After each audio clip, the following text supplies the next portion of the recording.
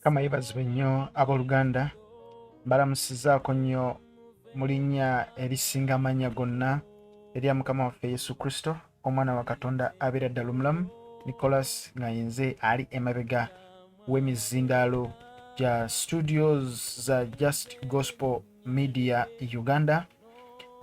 Tugenda kubeera so brief mu bwangu nnyo, katusooke tuwulirize oluyimba luno luteeketeeke mu sekendi 2-3 nkomewo. Yeebazibwe Mukama omulungi, amiina. Nkomewo katono. Mwemuve kyamagero kyo itendo lyo Katonda mwabeera mwesinze erinnya lye onoolaba omukono gwo. Sinza Katonda, sinza Katonda gw'emmeeme yange abamusinza. Amiina. Twebaza Katonda ku lw'obulamu bwaffe, twebaza Katonda kubanga mukulu. Katusabe. Kitaffe omulungi omwesigwa, twagala okwebaza kubanga oli mu bulamu bwaffe. Oyogera mu kigambo kyo nti ali muffe w'amaanyi okusinga ali mu nsi. Twagala okugamba nti oli mukulu, lwe lwazzi lwaffe olw'edda n'edda, ejjinja ery'oku nsonda eryanyomebwa, gwatuwa ekisa. Bayibuli esomesa nti ekisa kyo kiba kijja buli lunaku. Buli lunaku lulina ekisa kyalwo. Tubikeko n'omusaayi gwo nga tugenda okwogera ebigambo bino eby'obwakabaka. Bayibuli tusomesa nti tuweereddwa okumanya ebyama by'obwakabaka, n'olwekyo twagala okutwala omukisa ogwo okubimanya ddala. Kadde kano nkawungayo n'abawuliriza mikwano gyange bonna abali mu mawanga ag'enjawulo, nabo mbateeka mu musaayi gwo. Hilda, Stella, Namugabo, Tumusiime Christine, Princess Agnes ali Saudi, Mukama bonna mbateeka mu mikono gyo. Jesus Die Hard oyo naye muteeka mu mikono gyo Mukama. Waliwo Emma Waninda, oyo simwerabidde. Mirembe Hope, Maria Biyinzika, bannange bangi nnyo Mukama bonna mbateeka mu mikono gyo. Basisinkane, yogera n'obulamu bwabwe mu linnya lya Yesu Kristo. Ne bonna besoogedde naye nga bawuliriza baffe balungi batugoberera, Mukama sinkana obulamu bwabwe obakwateko, yogera nabo mu linnya lya Yesu Kristo, mwana wa Katonda omulamu. Amen. Bwetusinza Adamu bwetusaba. Weewaawo, ababadde bajja batugoberera mu episodes zaffe zino, tulina ekintu kye twateekateeka, tulina ekintu kye tuli mu kwogerako nga gwe wakatwegattako, wakawuliriza, wakafuna eddoboozi lino, oli ku program amaaso ku kanisa Just Gospel Media Uganda. Tuli awo wennyini, oli mu kutuwuliriza, twagala okwebaza Katonda. Twatandika n'ekirala nga tonnaba ku subscribinga, making sure nti ofuna notification okilikinga ku kadde akakuwa all videos, n'olemwa kumisinga videos zino kubanga zigenda kugasa obulamu bwo yagalagaana. Era nakutegeeza nti tosobola kunsasula, ekintu kiri kimu ky'osobola okukola okunsasula kwe kulabika nti osharinga ne munno musharingireko, asobole okulabika nti afuna naawe ku kyofuna. Siwe waawo. Amen. Now mujjukira bulungi nnyo nti twajja tudrivinga yoga. Nembategeeza nembagamba nti yoga muzimu, yoga diini. Nga bw'onaawulira nti oli musiraamu, oli mukatuliki, kati yoga diini. Naye diini eva emagombe, ekwasaganya kye bayita mind yo, ekwasaganya mind yo oba ekwata ku mind yo. Nabategeeza nembagamba nti omuntu mu mubiri gwe mu bwongo mulimu organ gye bayita pineal gland. Nagikulagakoko, nsobola okuddamu nenjikulaga. Kama yebazibwe. Pineal gland yeyo kano wolaba ewali akatonyeze aka red weri positioned. Kati mu bulamba bwayo bwetu obwongo bwe bufaanana. Kati wolaba eryo eriringa eriiso, nakutegeeza nti bwetyo bwefaanana naye ng'eringa mu nsigo, kind of like ensigo, naye ng'eri nkula ya liiso. Kakati abasajja kye baava bakwata eriiso eryo, ekikula ky'eriiso eryo, ne bagamba nti eriiso lino lyakusatu, so omuntu alina amaaso asatu, kye bayita the third eye.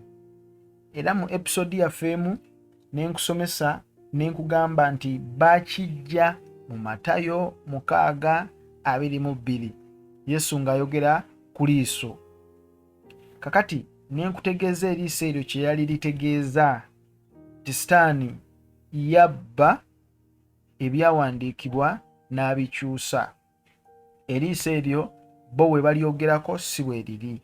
Kati kino kyonna ekintu kidrivinga kivaawo era kigendawa. Ekintu kino nga situtte budde bwonna kidrivinga kikusindika ku false prophets oba a false prophet, kubanga kikusika olabe by'otalina kulaba. We wava familiar spirits. Nakutegeeza nenkugamba nti Bible etusomesa nti malayika ow'ekizikiza yefaananya malayika ow'ekitangaala. Ndowooza ekyo nakikugambako.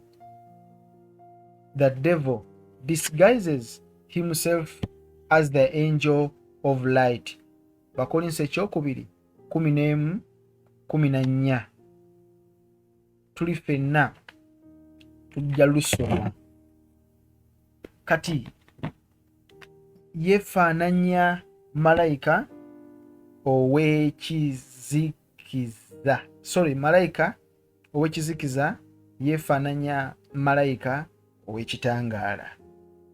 Naye nga kizikiza, yeebazibwe Mukama, ndi mu kunoonya lunyiriri olwo. Olumu mba saagala kuzisoma olw'ensonga y'obudde nti nkubalirira ali ku data.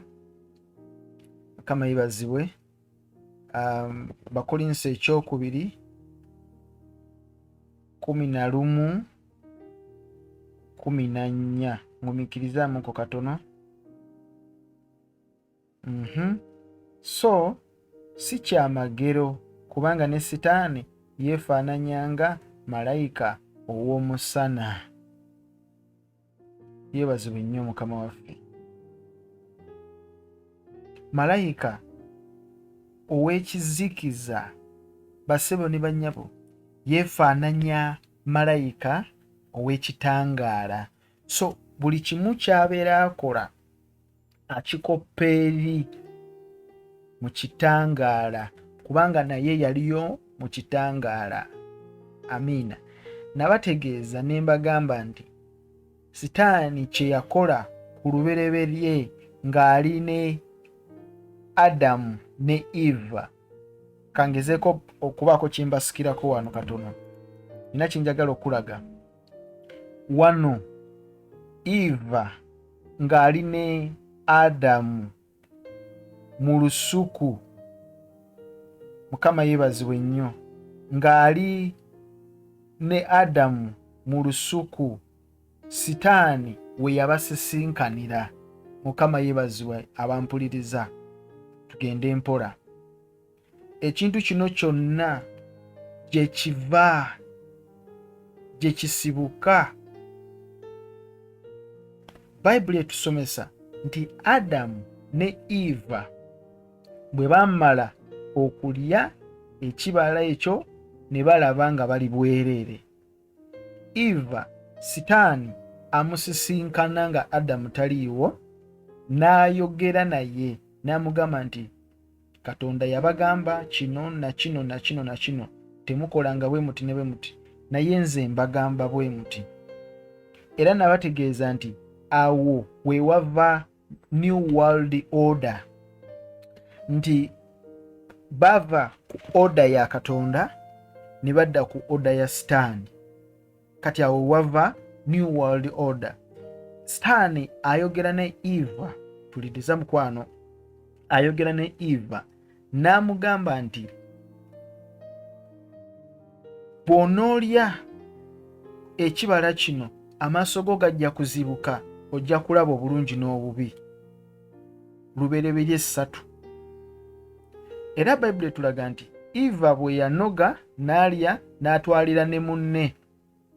Bayibuli esomesa nti amaaso gaabwe ne gazibuka. Era nabategeeza ne mbagamba nti awo wavaawo obuzibu bunene, nti Eva yayagala alabe bye yali talina kulaba, naye olw'ensonga nti yasika amaaso ge alabe era yalaba bye yali talina kulaba. Nabategeeza ne mbagamba nti waliwo ebintu Katonda by'atayagala olabe, oba nga birina akadde kaabyo akatuufu mw'olina okubirabira. Kati awo tubira tugenda mu prophecy. Waliwo ebintu ebimu nga tolina kubimanya in that period of time, either nga olina kubiraba in the time to come. Kakati ekiri ku Katonda kiri nti yenna abeera akubikulidde ekintu, naye ng'obudde bwakyo tebunnaba kutuuka wadde nga kituufu, that is a false prophecy.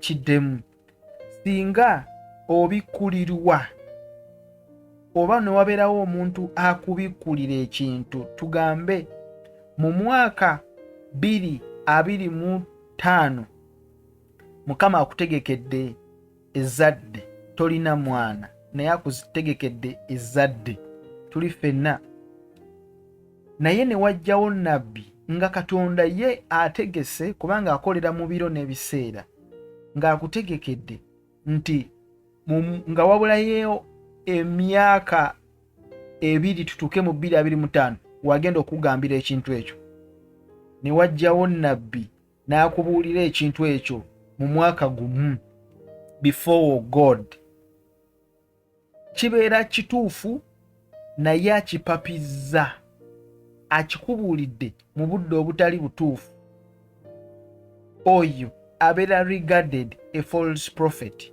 kubanga akulaze ayogedde ekintu ekituufu mu kiseera ekitali kituufu. Tuli ffenna. So kakati ebintu bino gye biva, bannabbi ab'obulimba gye bava, kye bayita yoga, mwoyo gwa bannabbi ba bulimba. It is a false spirit.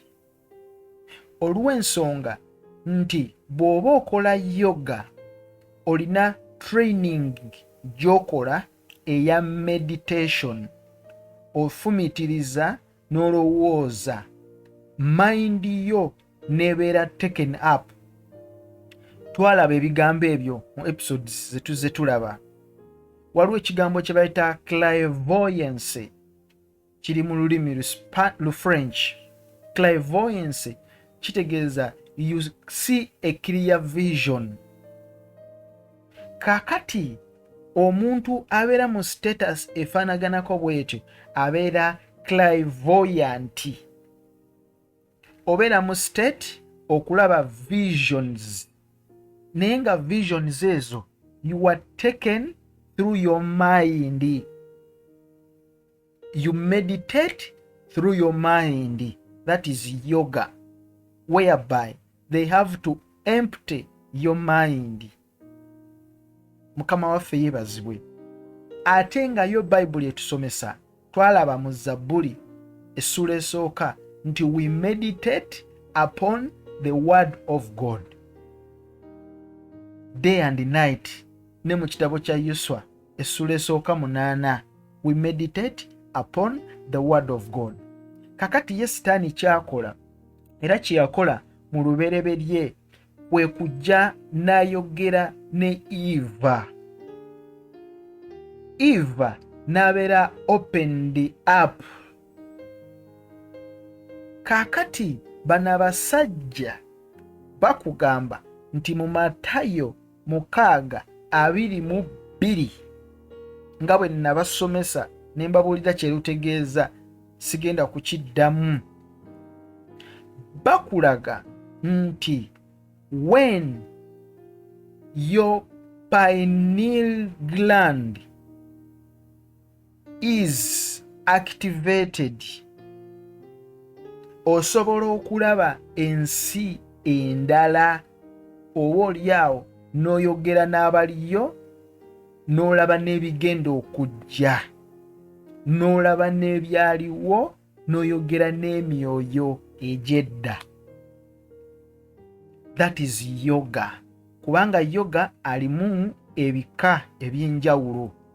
Waliwo yoga ayitibwa Kundalini yoga, the most dangerous, oyo wabulabe nnyo. Mukama waffe yeebazibwe ali eyo ampuliriza. So ndi mukugattira kubanga tunatera okumaliriza episode eno. Ndi mukugattira nkulaga nti Kundalini yoga oba yoga yenna ali connected to the evil eye. Okuviira ddala mu ndagaano enkadde mu kitabo eky'olubereberye, Adamu ne Eva yalaba bye yali talina kulaba. Kakati bano abasajja bo kye bakola, bakusika, basika spiriti yo n'ebeera taken n'egenda mu nsi ey'omwoyo emu n'eraba byetalina kulaba. Basebo ne bannyabo, kati eyo yewava omwoyo ogw'obulimba. Era kyovulaba nti abalokole batandika okubikoppa, babikola. Friday abeera ku mulimu, Saturday n'agenda n'akola yoga, ku Sunday n'agenda mu church. What a confusion! Omuntu akola yoga talina njawulo na muntu asamira. Omuntu asamira nno n'ali mugambyeko nti kale ali ku bulubaale mukasa obutalina maanyi wadde.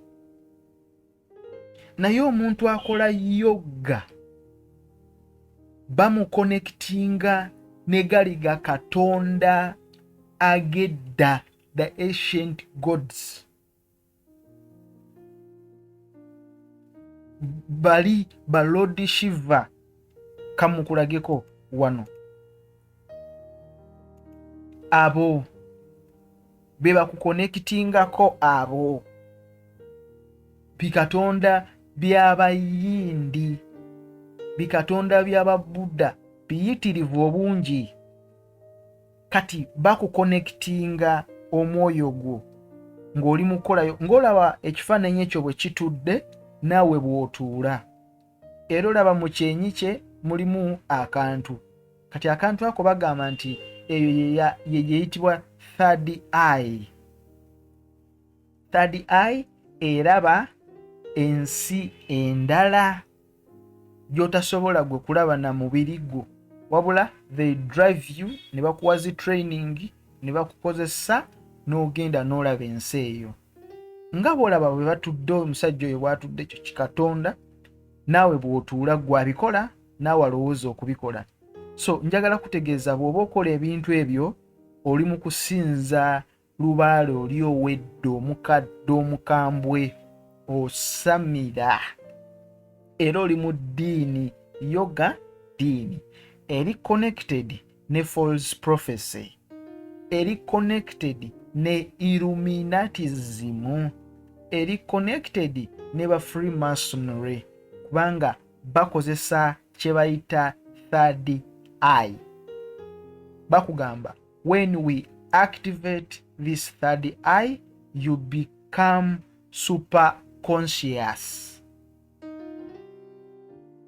Nakunyonyola mu episode eya Matayo 6:22 we bajja third eye eyo Sitaani we yajja olunyiriri olwo n'alufuula n'alugjamu byayagala, naye nga Yesu yali ategeeza kirala. Ekyo sigenda kukiddamu, kijja tutwalira obudde, episode nagiteekayo. Mukama yebazibwe. So kati bakozesa third eye eno. Third eye eno yerine ku ssente z'Abamerika eza $. Eyo lyeryo eriiso lyolaba. Kati system nnene naye ng'edrawinga abantu ng'ebajja mu ndagaano enkadde, a false spirit, a false prophet. Bwe tuba twogera ku false prophet twogera ku kintu ekizito, omusege nga gwebisse eddiba ly'endiga. Ekyo Sitaani yakikola ba Eva. Olwaleero mpuliriza mukwano gwange, nina ekintu kye njagala okugattira.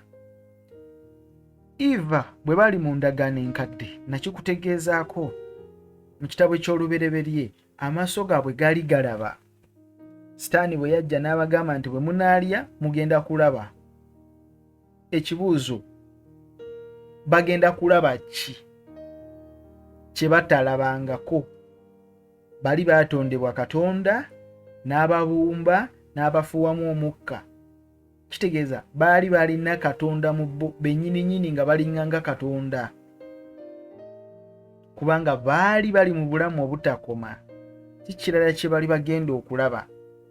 Kati bw'osoma Lubereberye 3 akulaga nti Eva baalaba kye baali batalina kulaba, amaaso gaabwe ne geggula.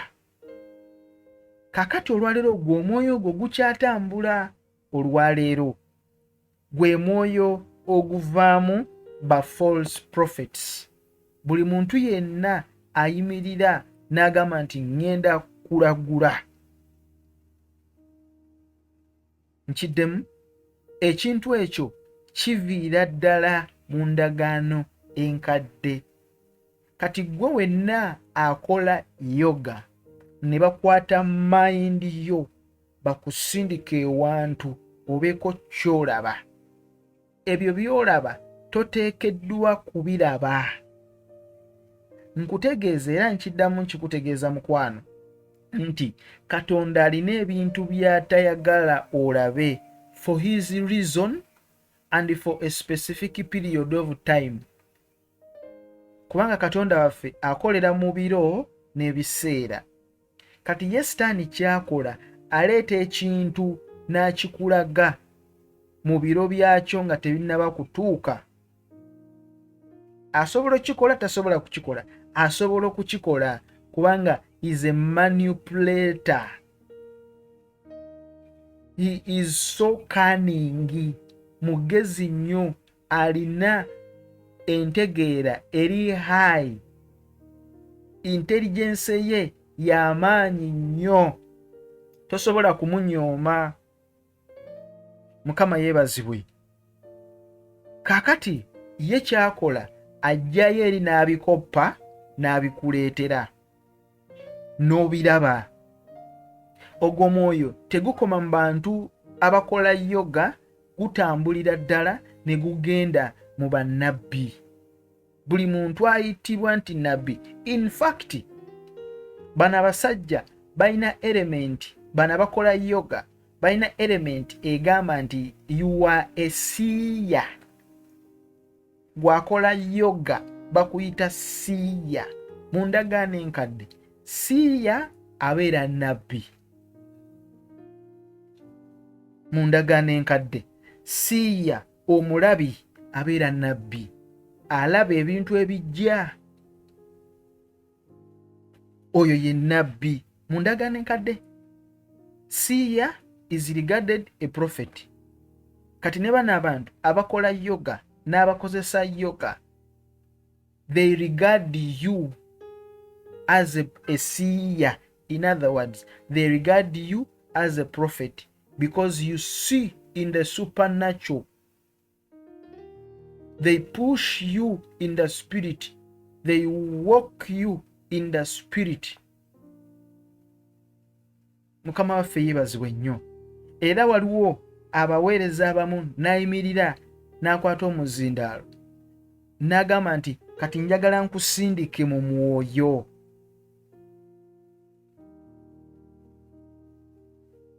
Sijja amaloboozi gaabwe gazannya wadde boogera amannya naye mujja bategeera. Kati kankusindike mu mwoyo. Kati kankusindike mu mwoyo. No, tosobola kusindika muntu mu mwoyo. Bw'oyagala okusindika omuntu mu mwoyo, ogenda musindika mu kintu ekiri false. Because we walk in the spirit. The Bible says we walk in the spirit. Amina. So, Sitaani ekyo kyakola abika yebika munda n'abeera ng'omutuufu naye nga mukyamu. Very cunning. That's the spirit of a false prophet. Kakati ogenda kunzikiriza ngenda kusomera olunyiriri luli mu Yeremiya. Tugenda kulusoma ffenna, tujja maliriza ne luno. Toweraliikira tetugenda kulwawo, tumaliriza episode eno, tetugenda kugirwako nnyo. Toweraliikira.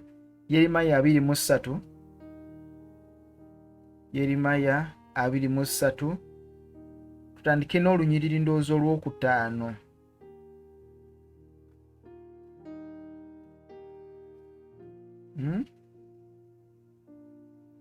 Olw'obudde tutandike n'olunyiriri olw'okutaano. Bayibuli esomesa nti, laba ennaku zijja bw'ayogera Mukama, lwe ndiroosa eri Dawudi ettabi ettukuvu. Oyo ayogera ku Yesu kati. Era alifuga nga ye kabaka. Oyo Yesu. Era alikola eby'amagezi. Era alituukiriza emisango n'ebyensonga mu nsi. Mu mirembe gye Yuda alirokoka ne Isirayiri alibeera mirembe. Era lino lye linnya lye lyatuumibwa nti Mukama bwe butukuvu bwaffe. Nina ensonga lwaki nkujja eno waggulu, olunyiriri luli wansi eno, naye wenna alusoma nga tetuvudde waggulu biyinza okukubuzaabuza. Bayibuli esomesa mu Yeremiya 23:7.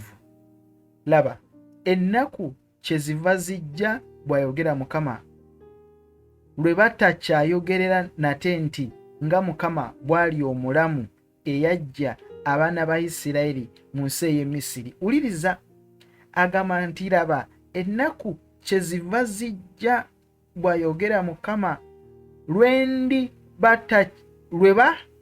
batakyayogera nate nti nga Mukama bw'ali omulamu eyaggya abaana ba Isirayiri mu nsi y'e Misiri. Nga kikyategeeza nti ennaku zijja lwe bataliyogera kigambo kya Katonda mu butuufu bwakyo. Ekitegeeza nga balimba mu kigambo kya Katonda, nga boogera ebyabwe.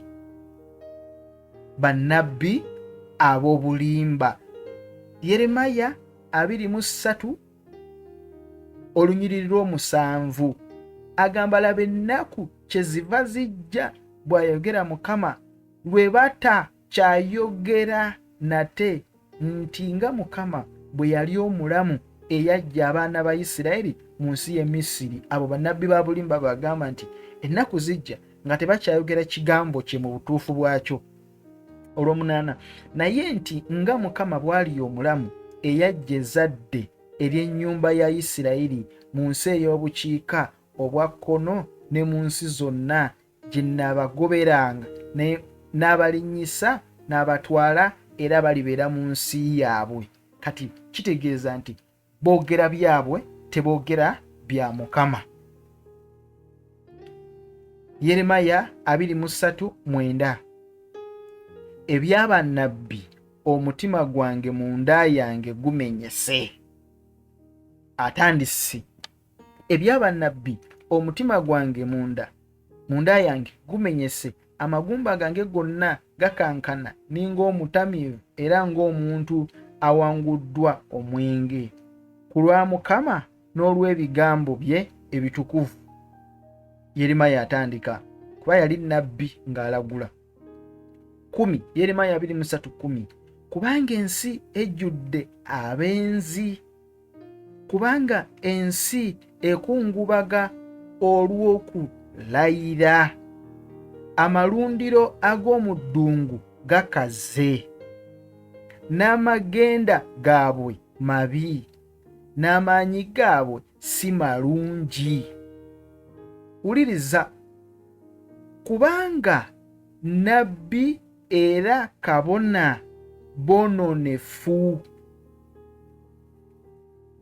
Kati ajja akulaga bannabbi obwononefu bwabwe bwe butandikira, bava ku kigambo kya Katonda ne badda ku bigambo ebyabwe. Era Bayibuli egamba nti ensi nyononefu ejjudde obwenzi. Kati buli olengera omuntu yenna ali eyo nga muweereza wa Katonda naye nga that person condones obwenzi, ng'abuwagira, nga akola ebintu eby'obwenzi mu buweereza, naye akulaga abakazi abagattika, ayagala ono ayagala ono, oyo nabbi wa bulimba.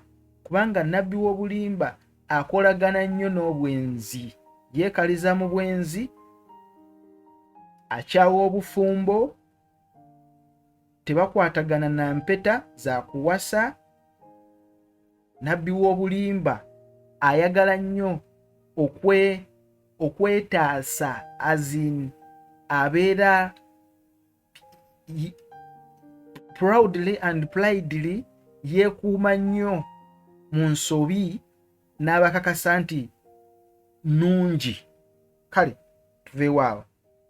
Bayibuli esomesa Yeremaya 23 tukomye ku lwa 12.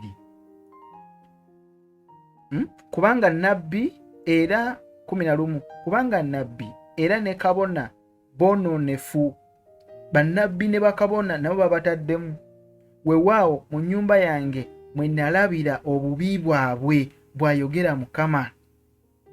Mu nnyumba yange, kitegeeza nti bino byonna babeera babikolera mu nnyumba ya Katonda, babikolera mu kkanisa, mwe babbira, mwe bakolera obwenzi, mwe bakolera buli kimu, effujjo lyonna, mwe bakyusiza ekigambo kya Katonda.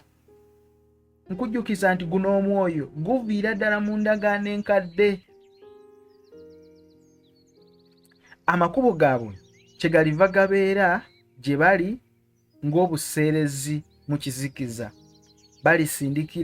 Balisindikibwa ne bagwa omwo, kubanga ndibaleetako obubi, gwe mwaka mwe balibonerezebwa, bw'ayogera Mukama.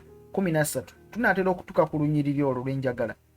Yeremaya 23:13 era ndabye obusirusiru ku bannabbi ab'e Samaliya, balagula ku lwa Baali ne bakyamya abantu bange Isirayiri. Wandiika olunyiriri olwo.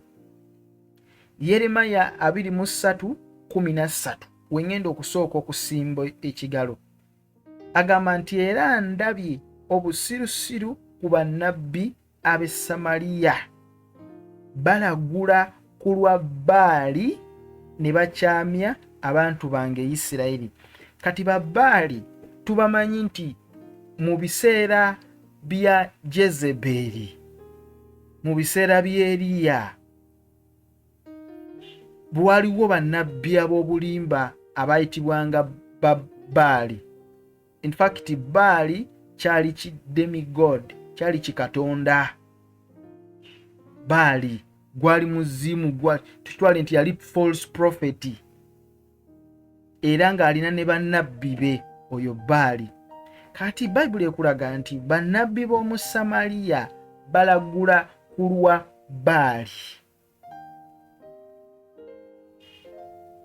era bakyamya abantu bange Isirayiri. Kakati wano wentuuse tukirira bannabbi abalagula. Ekibuuzo weebuuze mu ggwe, beera n'omwoyo ayeebuuza, beera n'omwoyo akenenula. Ono nabbi andagulako, andagulisa mwoyo ki? Mwoyo gwa Katonda oba mwoyo gwa Baali? Kubanga obunnabbi bw'ennaku zino nga butandika okwonooneka,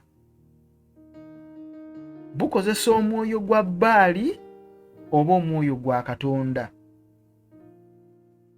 Obunnabbi obwonoonese bukozesezza omwoyo gwa Baali okulagula n'okukyamya abantu ba Katonda.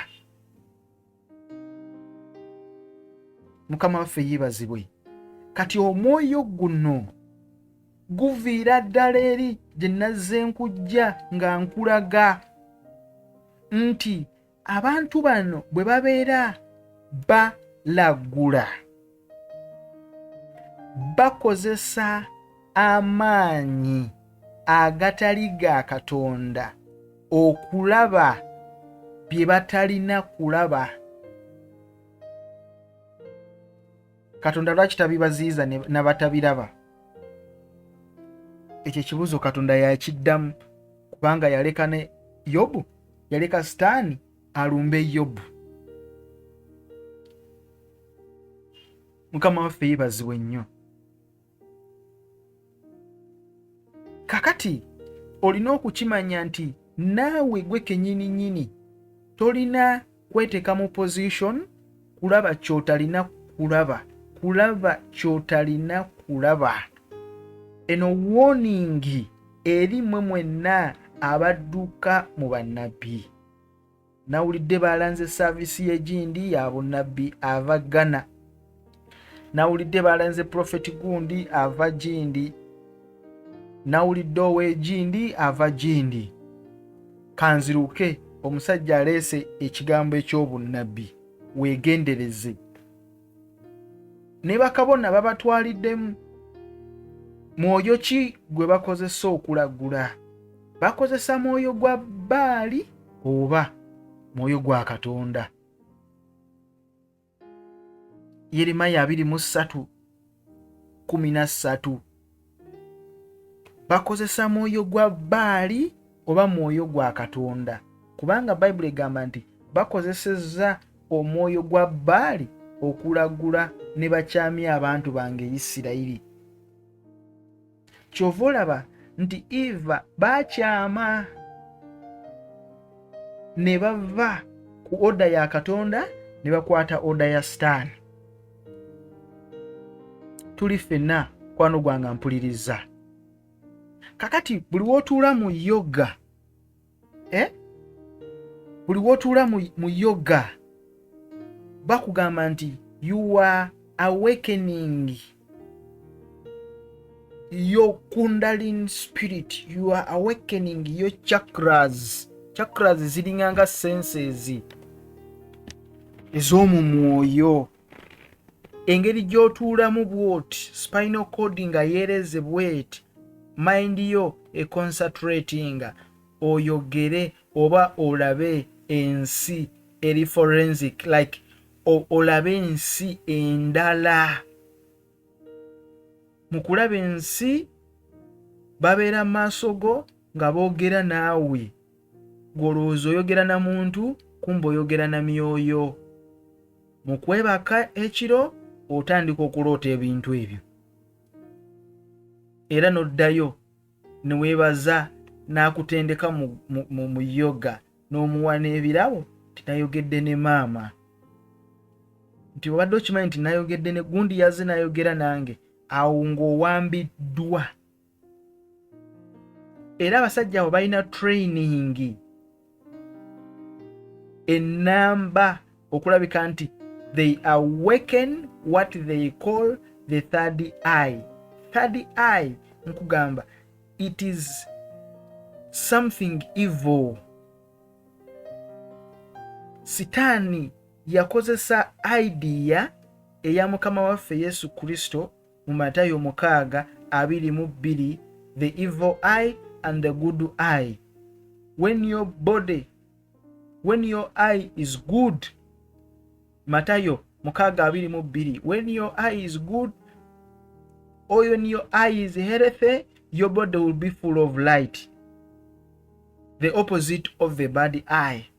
Kakati abasajja nga bakugamba, in order for your body to be full of light, we have to awaken that eye. Kati sitaani nawambirawo abantu, naye nga Mukama waffe mu Matayo 6:22 yali tayogera ku maaso ago aga third eye oba outer eye whatsoever. Yali ayogera ku kintu kirala nakikunnyonnyola mu episode zaffe. Yeebazibwe Mukama. Abataalaba episode eyo nja kuteera linki wansi ogikebera ogirabe. Ojja kutegeera Matayo 6:23 kye yali ategeeza. Kakati bano abasajja, buli muntu yenna nabbi nga talagula kuva eri Katonda akozesa idea eyo eya third eye okulaba ensi gy'atalina kulaba. Kyova olaba nti ojja bawulira nga bajja, nkulaguleko, wanika emikono nkulaguleko, ng'omanya kati nzaawo ategera ekigambo kya Katonda siwanika, kubanga kiki kyogenda okulagula. Waliwo ekigambo ekijja ekiyitibwa Rhema word. Rhema word kye kigambo ekiguddewo mbagirawo nga kiviridde ddala straight wa Katonda mu budde obwo, nga kizze mu kadde ako kiguddewo. Oba oli mu service, oli mu kubuulira njiri, ne kijja n'ogamba bw'ati bw'ayogera Mukama, ekyo n'okita. Naye toteeka Katonda, toteeka bantu ku testi. Wano waliwo ayagala mulagule, jangu nsange wano ku ofisi yange eri wano, saawa bwe ziti, namba y'essimu yiino, jangu nkulagule. What are you going to prophesy? Kamaffe yeebazibwe. Prophetic world si bweto bwekola ddala eno ku saidi ya Mukama. Kati gwe agenda okunteeka mu kintu ekyo, either you are going to prophesy using the spirit of Baal, not a spirit from God. You are using a familiar spirit. Familiar spirits zezo ezikola mu bantu abakola yoga. Era bw'oba oli mulokole wano nga wakola ebintu ebyo weenenye, bw'oba olina mukwano gu abikola, mutegeeze abiveeko mangu, because they are dealing with the demonic spirits. They are dealing with evil spirits from evil, okuva wa Sitaani.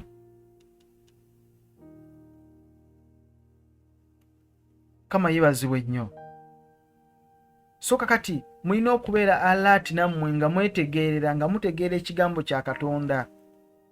Si buli musajja yayogera nti kigambo ky'obunnabbi kikyo kijja, wanika emikono, nawe n'owanika, kiki ky'ogenda okutwala?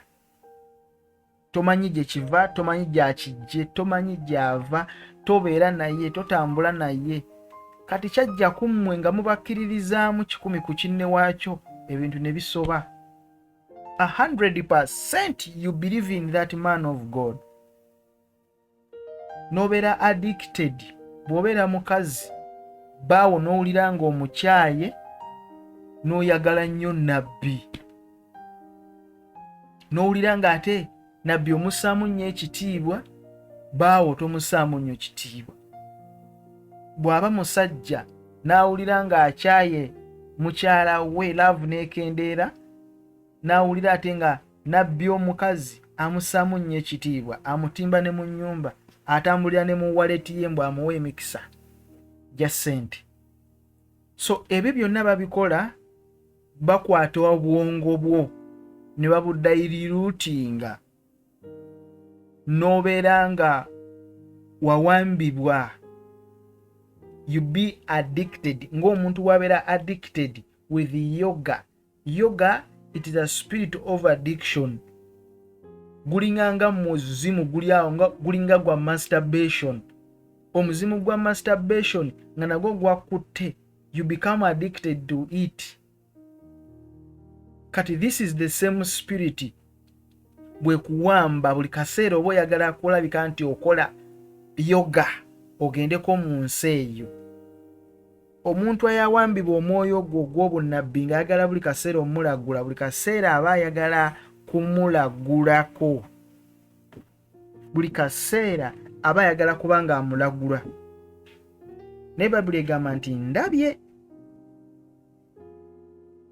Yeremiya 23:13 agamba nti era ndabye obusirusiru ku bannabbi. Ayogera ku b'obulimba betuvudde nabo waggulu. Waliyo abatuufu n'abalungi gye bali. Siri mu kwogera ku balungi, njogera ku babi.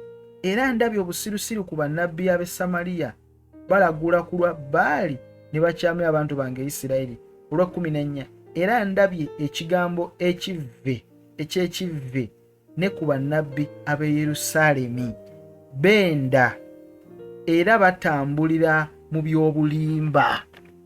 Benda bakola obwenzi, benda bannabbi b'e Yerusaalemi.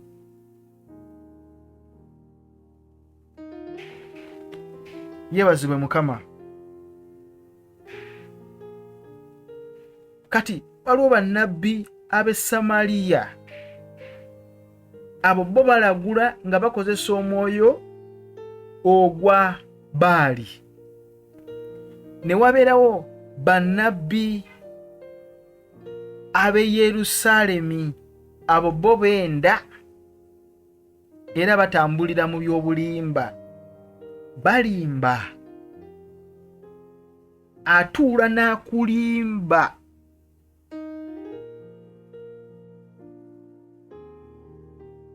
Sitaani nga bwe yalimba ba Eva n'abalimba n'abajja ku layini ya Katonda. Waliwo omuweereza omu ali mu kibuga omwo, sijja mwogera linnya, naye alimba, ali so cunning, akozesa obulimba n'obukugu obw'ekika ekya waggulu, high intelligence, nga teva eri Katonda bw'ogitunuulira eva eri Sitaani. Enkuba bw'etonnya abalaga nti etukuba ffenna. Obwo bulimba, etukuba ffenna, essuuti zange ziddugala wamu ffenna, tuli ffenna. Naye ate ndikwogera ku nabbi w'e Yerusaalemi. Nabbi wa Yerusaalemi mulimba, mukuusa nti enkuba bw'eba etonnya ebakuba mwenna, enjala bw'eba eruma ebaluma mwenna. Naye bakimanyi nti enkuba bw'ejja agenda kulinnya emmotoka ye ennene ekoma eri etamanyi binnya emuvuge, nga tannaba na kuva mu kifo ekyo, nga bamuwadde dda essuuti endala, nga n'engatto baagirongosezza dda, nga ne kacaayi yakanywedde dda. Kati ggwe ayazza okutuula n'oddisaayo ku bigere nga wenna osanyaladde nga n'amannyo gakubagana kakakakakaka, wenna otintima oyiye olutiko, oli ku boodayo oba oli ku kagere, n'odda ewaka tonnaba kufumba, ye baamufumbidde dda. Kati oyo ye nabbi w'e Yerusaalemi, ayimirira mu byawandiikibwa n'alimba. Nabbi w'e Yerusaalemi ate muzibu nnyo nnyo nnyo. Nabbi wa Yerusaalemi yasobola okujja n'akugamba nti mwalese omutwalo, wiiki eno mwalese emitwalo 10, mwebale, n'agibalaga nti giigino, naye n'atabalaga giyiseewa, nammwe ne mutalaba wawe giyise. N'azimba ebizimbe, n'agula amamotoka, n'akola zi bizinensi, ate aba mwenzi, akola obwenzi, awagira obwenzi. Kati oyo nabbi wa Yerusaalemi. Naye nga egyo gyonna emyoyo givaawa? Giva eri mu lubereberye Sitaani bye yakola Eva. Kati egyo emyoyo gye gitambulira mu abo bonna abakola yoga, kubanga bonna babalimba. Tujja komawaho ku bannabbi b'e Yerusaalemi n'aba Samaliya, tujja bongerako. Olw'okuminenya lugamba nti era ndabye ekigambo ekyekive ne ku bannabbi aba Yerusaalemi, benda batambula mu by'obulimba, banyweza emikono gy'abo abakola obubi, ne wataba akyuka okuleka obubi bwe.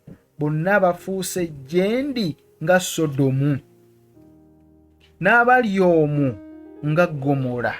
Tugenda maliriza na kano. Buli atuula mu yoga, buli atuula omwo mu yoga olinga Gomora.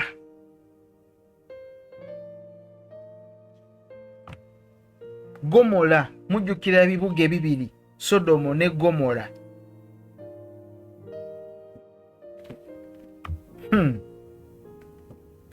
Kubanga gwe mbagatta, Bayibuli ebagatta wamu mwenna ne bannabbi b'obulimba. Olunyiriri lw'14 lukambwe nnyo. Yeremaya 23:14. Era ndabye ekigambo ekyekive ne ku bannabbi ab'e Yerusaalemi. Jjukira waliwo bannabbi ab'e Samaliya ne bannabbi ab'e Yerusaalemi. Kati bannabbi ab'omu Yerusaalemi beba bali mu kkanisa ya Kristo. Bayibuli egamba benda era batambulira mu by'obulimba, balimba. Nkugambye balimba.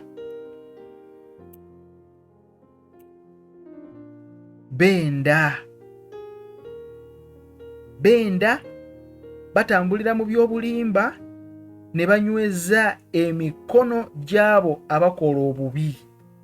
Kati basapootinga nnyo, era ojja balaba basapootinga nnyo abantu abakola obubi. Okugeza gavumenti esobola okuyiwa omusaayi gw'abantu mu magezi awo naye nga bamanyi. Naye bannabbi bano bajja kulaga nti gavumenti awamaani tukuwadde era n'omwaka ogujja tukuwadde. Basapootinga nnyo abakola obubi. Bannabbi b'e Yerusaalemi benda era batambulira mu by'obulimba, banyweza emikono gy'abo abakola obubi. Ne wataba akyuka okuleka amakubo gaabo. Tewabaawo n'omu akyuka okuleka obubi bwe. Bayibuli egamba nti bonna bafuuse gyendi nga Sodomu. Bonna bafuuse gyali nga Sodomu. Mujjukire Sodomu ne Gomora. N'abo omwo nga Gomora abaliwa abo abatuulamu, abawuliriza ebigambo ebyo. Kyova olaba nze olumu ngenda ne nsaasira abantu abatuula mu bifo by'abannabbi b'obulimba. Obituulamu, otudde mu Sodomu. Sodomu gw'otuddemu, era Bayibuli egamba nti naawe olinga Gomora. Ssaawa yonna ozikirizibwa. Katonda w'aba azikiriza Sodoma ne Gomora amuzikiriza. Wabeerayo omutuukirivu omu abeerayo. Wabeerayo omutuukirivu omu. Kasita bakusikayo ne bagamba vaayo, n'ogaana. Vaayo. Eddoboozi ne lijja vaayo. vaayo banange muli wantu wafu, awo we muli wabi, awo we muli wabi nnyo, muveewo obusungu bwa Mukama bujja n'osirika, kubanga muyinza okubeera nga 100. Ibulayimu najja n'agamba nti bannange lindako okuzikiriza ekibuga, wakyaliyo mu batuukirivu wakyali abantu nga 10. Mukama n'agamba nti 10 nga siirirabamu, kale waliyo 5, ndi n'5 sibalabamu, kubanga bonna baayonooneka, emitwe gyabwe gyayonooneka. Kale waakiri wabeerayo omu ayambibwa, omu bw'ati ayinza okuyambibwa. Kati y'ensonga lwaki twogera ebintu bino, tubayambe tubeko gwe tuyamba. Katonda ng'azikiriza Sodomu, oleme kuzikiririra mu Gomora. Y'ensonga lwaki ebigambo bino tubyogera mu bulamu bwo, okyuke oleke obubi, otambule ne Mukama mu makubo amalungi. Abatuula mu makanisa nga galimu abantu abakola ebintu ebyo ne bakuba mu ngalo, n'owulira oli ng'avuma mukyala we n'amuweebuula n'amuyuzaayuza n'amwambula, abantu ne bakuba mu ngalo, otudde mu Sodomu era oli mu Gomora. Abikola abakulembera bikola oyo abasindika mu Sodoma, kati ate gwe oli mu Gomora. Katonda bw'aba azikiriza Sodoma, Gomora tawona. N'olwekyo gwe wenna ali eyo naawe ng'okola yoga, oli mu Gomora, Sodoma, oli mu demons eziwedde emirimu kasasiro, oli mu mizimu giri egyedda emikambwe. Olaba omukyalo oyo bw'atudde bw'awumbya amagulu ge bw'atyo, kino ky'ekintu kyali mu kukola. Kankikulage wano ombulire oba waliwo enjawulo. Omukyalo oyo bw'atudde n'oyo mbulire oba waliwo enjawulo. Onaakulaga alina emikono ebiri giri wano, kubanga balina sitting positions za njawulo, naye attention eri emu ku connecting mind yo to the outside world. Tunulira omukyalo oyo bw'atudde, otunulire n'ono bw'atudde. Oyo kati Katonda ayitibwa Shiva mu Bayindi. Kati gye emizimu gye tuli mu kwogerako emikambwe. Fire mu linnya lya Yesu Kristo mwana wa Katonda omulamu, temulina buyinza eri obulamu bwaffe. Tubakolimira buli muntu yenna akola yoga, oli muga demoni. Bw'obeera ng'oli eyo ng'oli mulokole ng'ovuma bannabbi b'obulimba ng'obayisaamu amaaso, oli mu kuvuma bakitaabo, bannyako, bamaama bo b'oliko, kubanga naawe ekyoyo kye batambuliramu naawe ky'otambuliramu. Ekibaawula kiri kimu, nti bali bannabbi ba Samaliya, gwate oli eno mu bannabbi ba Yerusaalemi. Gw'oli mu church, oli n'oyo kabona akutwala naye ng'akola eby'obuseegu, oli mu kugoberera nabbi wa Yerusaalemi. Nabbi wa Yerusaalemi abeera mu kkanisa. Kati bali bannabbi b'e Samaliya beebo bonna bw'obagatta abakola yoga n'abakola bino eby'obuseegu, bonna bali mu kiti kimu, bulimba. Kati bassebo ne bannyawo, njagala nga maliriza, weetereeze, position yourself in the straight path of God. Toyingirira bintu bya kiseegu bifaanaganako bwe bityo, kubanga ejjo emyoyo mibi giviira ddala magombe. Ekyo ky'olina okumanya mu byonna. Gwabikola bidduke, gwali mu bwenzi ng'obuwagira, ng'okola obwenzi obulowooza nako mu mutwe, buli obeera olira gw'olina takumala oyagala ogatteko omulala. Nkusabidde Mukama akusaasire aleme kunenya, kuba mmanyi waliyo omuntu alwana okivaamu ng'omulaba alwana. Walokoka onywa busigala bupaketi 8 naye mu mwaka wali onywamu paketi 1,000 nga tonnalokoka, naye kati mu mwaka wava ku 1,000 olinganga mu kakaaga awo okirira oli mu 4 gwe tukukkiriza nti we gunaawerera omwaka ogumu n'ekitundu oba mu myaka 2 paketi 1,000 ojja ba tokyasobola gunywa. Akiro naaba oli kasigala akamu, ekisa kya Kristo kinaakuwalula nekikusika nekikuwanguza. Ne waliyo oli ye baaba nga akalambira ali mu kibi kye, tayagala kwogerwako, tayagala bamugambeko, buli bamugamba ku kintu kyakola awoza ojajinga. Lwaki onjajinga? Lwaki onjajinga? Tebagala bagambako, neyekalambiriza mu kibi kye. So basibo ne bannyabo, bw'omanya nti oli mu kibi okoze ensobi, weenenya no finding out ey'okugivaamu n'ogamba abooluganda banange munsabireko, nina kimpitamu sikyagala, nwana okukola obulungi, maliriza nkoze kibi. Pawulo yakyogera, alina okulwana muli munda mu ye, ayagala okukola obulungi amaliriza akoze bubi. Tujja kitegeera tukusabire. Bwe kuba kwetaagisa kuwa rehabilitation, tujja kwesonda akasente tukuwe rehabilitation otereere. Naye nga teweeyagalidde mu kibi, tonywa kasigala mu kibi. Kale baagala nnyo, mbaagala ddala, mbadde bawuliza balungi. Katonda omulungi omwesigwa, twagala okwebaza.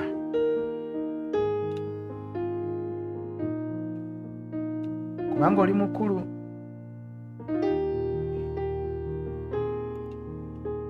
Era oli w'amaanyi. Olina ebirowoozo ebirungi gye tuli. Teri n'omu akwenkana. Tukugulumiza tugamba nti oli w'amaanyi, oli wa kitiibwa. Gulumizibwa Yesu, weebala olw'ekigambo kino, tukiteeka mu mikono gyo, tukinyiika buziba mu linnya lya Yesu Kristo Mwana wa Katonda. Tubikkeko n'omusaayi gwe ogwayika ku musaalaba. Abantu bano bonna bateeka mu mikono gyo. Amiina. Kusabye obadde muwuliza mulungi, naye sharinga ne munno, muyite abadde tannaba ku subscribinga kubanga bingi tubireeta. Mbadde saagala obeeko kyosubwa wadde n'omuli n'ogumu. Kona kadde wali akakuwa notification. Mukama ajja kukola bulungi. Haleluya. Mukama abankuumire. Tujja kuddamu nate. Just Gospel Media Uganda. Sinza Katonda gw'emmeme yange, abamusinza be bawangula. Mmeme yange musinze mu buli mbeera, bwe tusinza Adamu, bwe tusaba bwe tusinza Adamu, bwe tusaba. Sinza Katonda, sinza Katonda gw'emmeme yange, abamusinza be bawangula. Mmeme yange musize mu buli mbeera, bwe tusinza Adamu, bwe tusaba bwe tusinza Adamu, bwe tusaba. tusaba. Sinza Katonda, sinza Katonda, gw'emmeeme yange. Abamusinza